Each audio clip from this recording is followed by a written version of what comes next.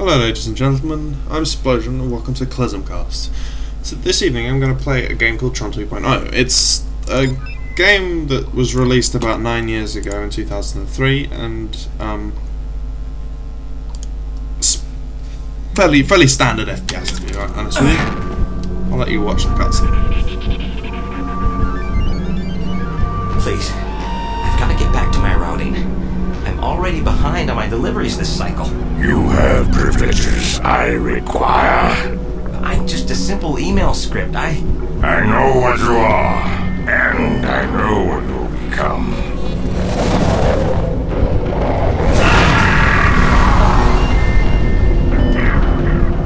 Tell me, what is your function? I serve Lord, my master user.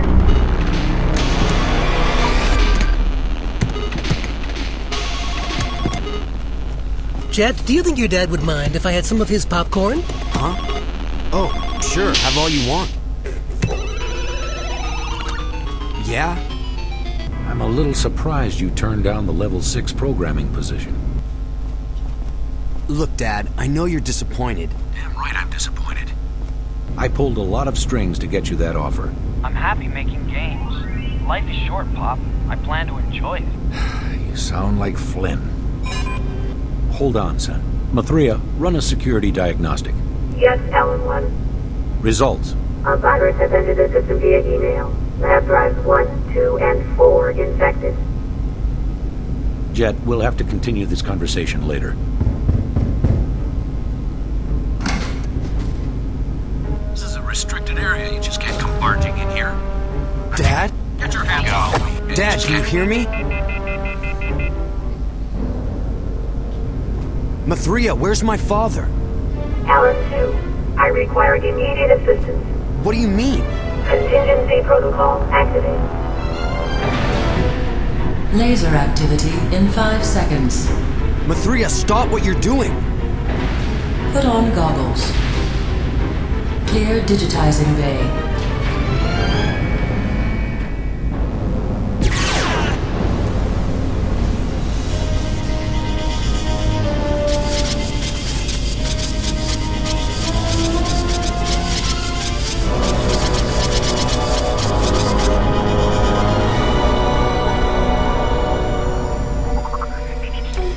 So, as you've seen in the cutscene, our main character is Jet Flynn, son of Alan.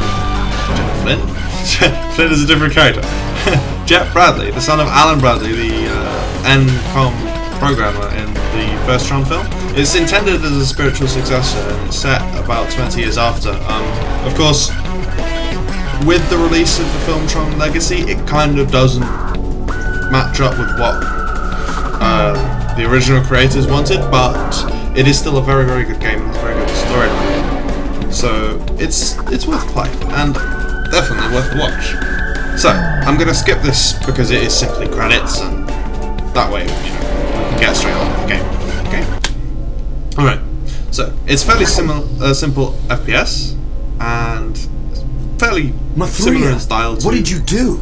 I'm gonna say Halo and Unreal Tournament. So you are a user. Okay, so fairly shiny, city type scape, but of course we're in a computer, so it's all digital. Everything you see is designed to be what would in the 1980s be the idea of a computer. Okay, so we don't know what he's called. And I have two options on the bottom left. You see, right? There's a combat training. Now, I've already done this, so you don't have to watch the monotony of going through the game. One thing I will explain is that there's boxes. It's just that one there with the little thing moving around inside it. They're like chests in any other game. This is kind of a FPS cross with a little bit of an RPG element as well, because you've got stats you've got to level up, and you know, keys to open doors and all that stuff. It's not just a point and shoot. So I'm going to skip the training so we can just go straight through to the second part of the training, which is combat. But we need to do this since we need to obtain a weapon. So, okay. So we'll talk to the guy. Pick up your disc, face it, and press the action key. Disc. Okay. So we've got it's a kind of like a boomerang type thing. You throw it and it comes back. If you've seen the film Tron Legacy, you'll know exactly how it functions. You can block with it. It's fairly standard, and of course, much like most default weapons in games, like for example the dagger in Dark Cloud, or the pistols, let's say the Covenant pistols in Halo, it never runs out of ammunition because it is literally, you're just throwing the thing, so you don't ever have to reload it or anything. We've got 2 bars at the bottom. We've got health, which is red, as health would be, which are restored by these things here. Fill my health up there. And then the green one, which is energy, which is kind of like a power currency, energy, as named. What you can use it for is you get the upgrades, which sit in here. So you got combat, increase your damage, utility, allow you to do different things. There's like open doors, and defense, which increases your survivability.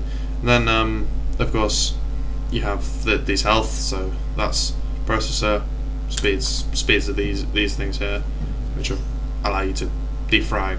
Like you'll have blocks that you can't use, fixed programs, and energy, the amount of energy you got, the amount of health you've got, the efficiency. So if a gun costs like 10 energy to fire, it'll cost 9 energy to fire. The more you have, it'll go down. It makes it better.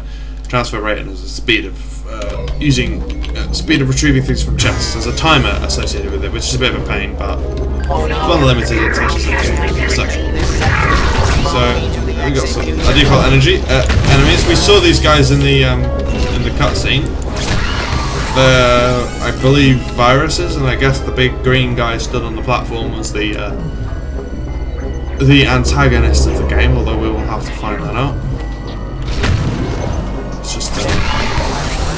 Let's just keep going. So when these guys deal damage to you, I didn't actually take any there, so I can't really show you, but they corrupt some of your code, and these blocks that I showed you earlier become corrupted, and therefore you can't put the programs in them. So here's 2 examples of the chests. The green cubes in them represent emails, which in Doom 3 fashion kind of functions like the PDAs when you pick them up. You see it, and then you push 1 and it transfers it. It costs 5 energy, so I don't particularly want to do it too much for emails because it's literally a little bit of lore, background story in the game. If you want to find out, you can actually obtain a copy of the game yourself and read it. Because I'm not going to do it because it's not a lot of the point. Okay, so something's gone horribly wrong. Build note. Ross failed to transmit a data packet to me. Oh yeah, build numbers. They're the kind of standard stat points for the game. It kind of functions like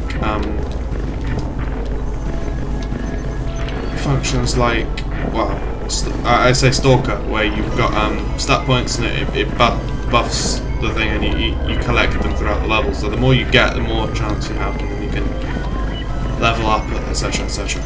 Come on,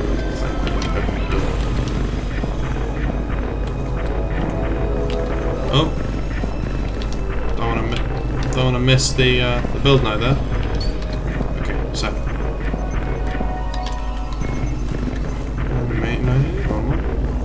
right socket. I need this thing to come and open this thing for me. Yeah, it's broken already. Okay. So, it's interesting what's it working, because obviously this was at the same height as the rest of the level, so you could literally just walk around there. But in typical gaming style, they've created a puzzle out of the pre-existing scenery. So, since there's a virus here, the walkways become corrupted and sunk, and it looks really cool. There's all these green glowing areas which are no longer no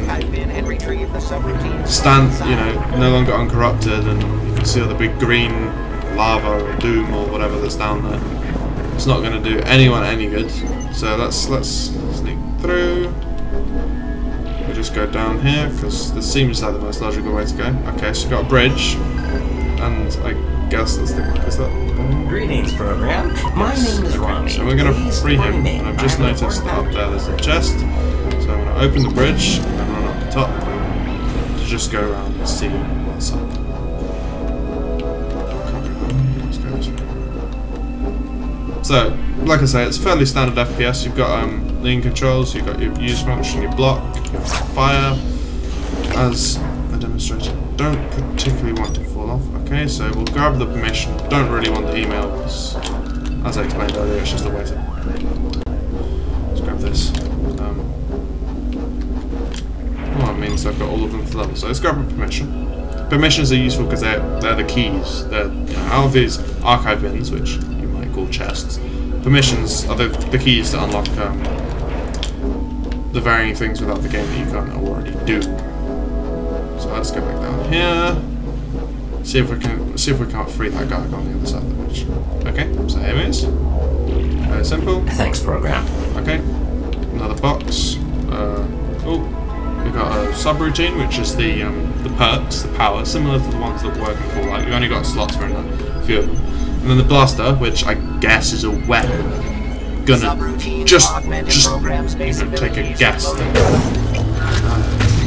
Stop shooting.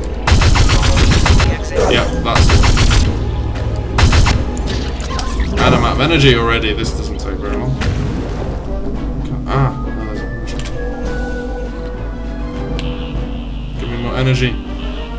Once again, these power-ups take time, and it's like if you. It's a fairly standard method of getting your power back by just replacing stuff. So let's grab the permission again. Can't miss any permissions. The more you get, the more chances you have of getting better upgrades and items throughout the game. So, since all the... I've just run that thing out of energy. More corruption.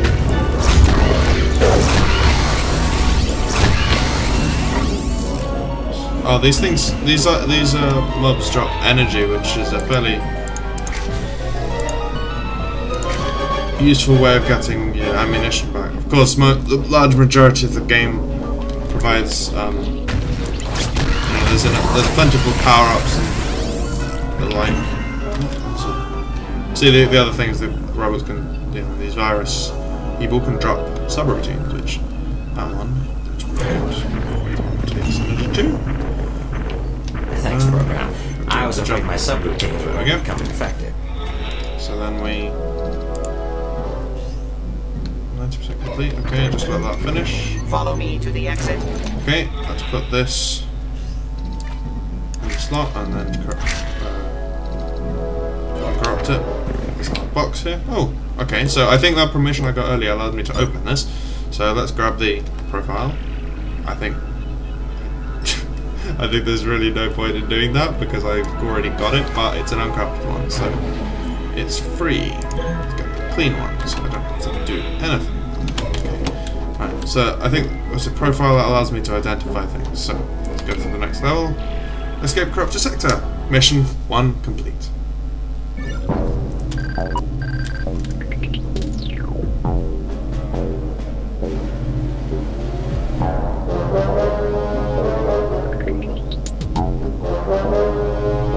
I like the attention to detail here. Kernel system scans indicate partitions 5 through 32 are infected. Block all write access privileges and send in more intrusion countermeasure programs. Have you paid attention? Have you isolated the source? Not yet, sir. However, we've picked up the signature of an unauthorized program in the sector. Quarantine and bring the program to me immediately. As you can see, this guy is obviously like part of the Empire. The in most game sense, actually the good guys, the one who uphold law and order in the area. But we've got two antagonists at this point. So we've got that guy we just saw, and we've got the virus. Okay, so new level, nice and neat. Once again, we've seen, you know, you can see that there's nice skyline here with clouds flying across, all square and all the beams and things. Problem is, one thing I've noticed about this game, I think it's part of the limitation of the age of the software, but you can't really, there's not really many city, you know, like in, say, Knights of the Old Republic, you would have buildings and all kinds of things, and perhaps in a more modern game you would as well, but of course you can't. Okay, what's this? Ah, okay. So, optimize the subroutine. I'm gonna choose. So if I'm optimizing, I guess it's going up those levels. So I want more jump. More jump's better. Let's do that. I'm gonna put this in the small one, seeing as it says some space. Okay, so one use. Okay, power up one. So I need to find more. That's just emails. Like I say, I'm skipping the emails because there's not really a lot of point in going for them. I bet there's something up there. Or I bet there will be something up there. I'll leave that for now. More tasks. Throught. Yeah, I've got to find. Oh, damn it. So, first encounter with one of those minions. They don't corrupt you when they hit you, they just deal damage. There's a subsystem that runs beneath the main level. Look down there.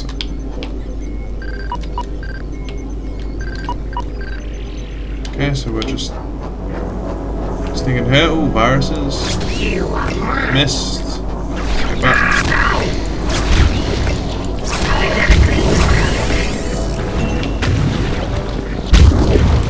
Let's grab that.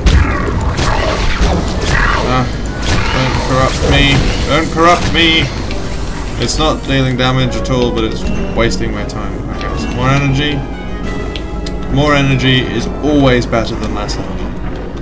Say it's once again they've done a very good job. You can see that it's clearly a computer. There's data or light and stuff flowing everywhere, and they've got the corruption very nicely as well. Got it. Okay. Oh no! I think I'm gonna die if I fall down there. So don't particularly want to.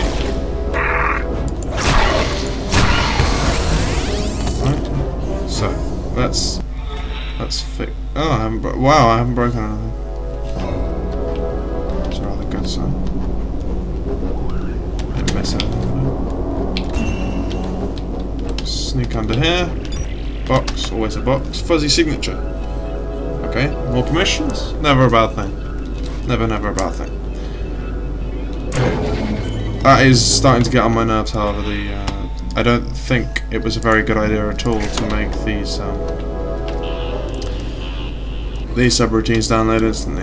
In modern games, even things like Morrowind, Skyrim. Well, not Morrowind. Aha! I'm not skipping that. In Skyrim, you open the chest and it's instant. You can choose to take everything, whereas I've got to push all the buttons and then wait like 5 seconds. Granted, there is perks to reduce the time it takes to do that, but I don't want to have to wait. I shouldn't have to wait. I should just get it. That's how modern games have decided to do things. Okay, so the source of the corruption. Nope, I'm the same color as you. I'm not corruption. You are the source of the corruption. You believe this corruption? More and more zealots are popping up. I like how in the very spirit of the game, all of the more. I'll take that permission. In the very spirit of the original Tron movie, all of the enemies and things are basically named like you would have standard enemies. Can you tell me how to get to the exit port? The exit port is located beyond the power stream. Getting across is impossible. The auto-exec is broken. The problem is, of course, well, not so problem, but they function, or they would function like any other enemy. So I guess the viruses are called zealots or zealots, like you would have in any other game, except they're on a computer, so there's Z or Z dash lot, which is zealot. It's so clever. It's so simple. I have a funny feeling that this is like a secret area, and this didn't take me very long to find, which is a bit worrying. But perhaps I need this. Let's get those. Ooh, it's an unknown subroutine. Okay, I guess there's some kind of discover thing. It's just fairly understandable. So more. Let's go to the subroutine, find out what it is. It's a defensive one. Let's put that in there.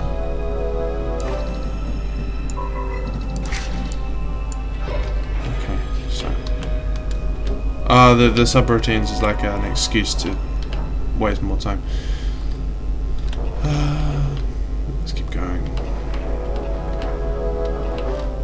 More missions. Yeah, see, I don't want to have to wait. I want to be back climbing up to wherever I'm supposed to be going. Steely more. Ah! Whew, that was close. Guess I don't particularly want to fall down here. That's a quick save whilst I'm here. Go under here. Oops, breaking the glass. Oh! I need more energy. Let's grant the permission. What else?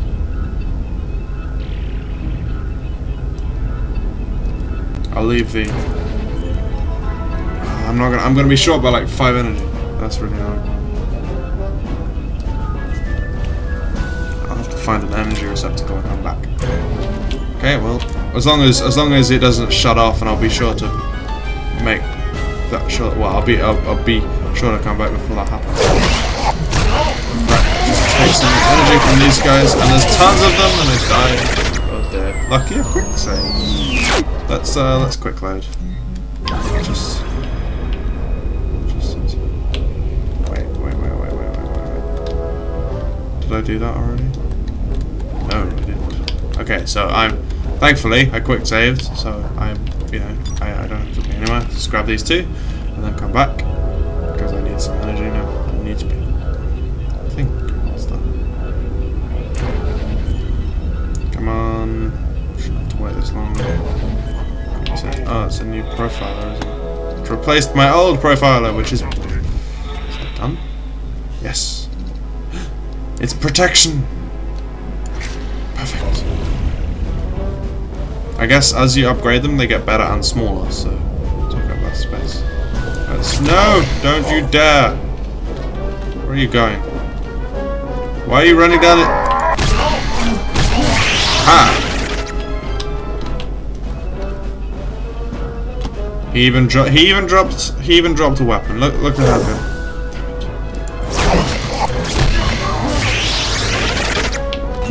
Energy, more energy is always good. See, they've chased down the hole which I wasn't even there. And that's minus 3, isn't it? Okay, so let's get this. Doing pretty well so far. Finding all these secrets. Got 3 out of the 4 build numbers. Let's hide. Sneaky. Let's go back through here. Oh my god. That's not enough. I'm gonna die. I need to retreat. I need actually.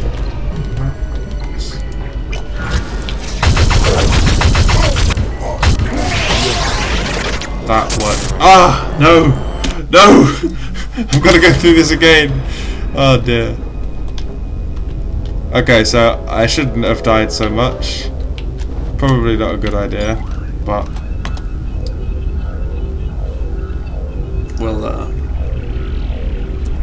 we'll keep going from now on. I'll endeavour not to die and not to waste time because I shouldn't really have to do that.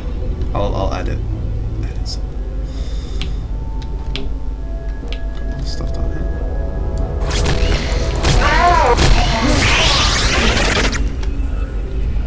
I don't like being stood so still. Stop!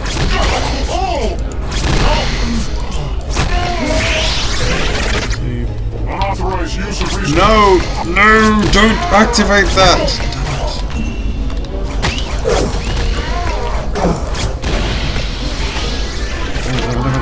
I killed one of them. Need to be a bit more, but this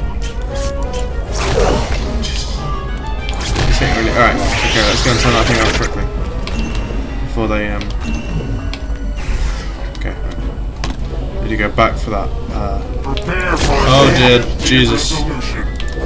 Don't kill me! I've got a crappy weapon right now.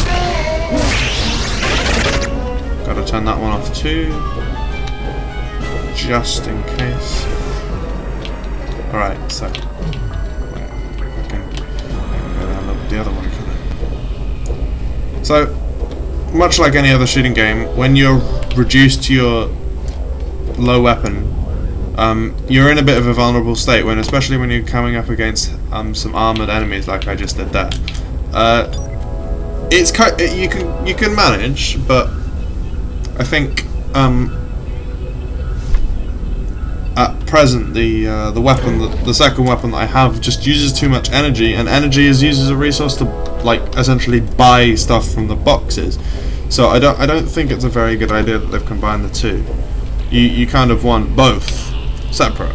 You know, you could have energy and credits, I suppose, which would work. It just seems a bit silly to waste, you know, I don't think to use this. I'm not sure I would want to use this too much, because unless I can get infinite energy from somewhere. I mean, I think, you know, well, I can get energy from killing them, but I don't think it's very efficient. You don't have No!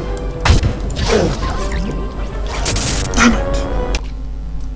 Okay, so this is pretty much coming to the end of this week's episode. What I'm going to do is I'll play back to where I died last time with all the power-ups and have a quick save. So when I start next week, I can play through the game a little bit more less die-y. It's you know, it's good. But anyway, don't forget to rate, comment, and subscribe, and I'll see you guys next week.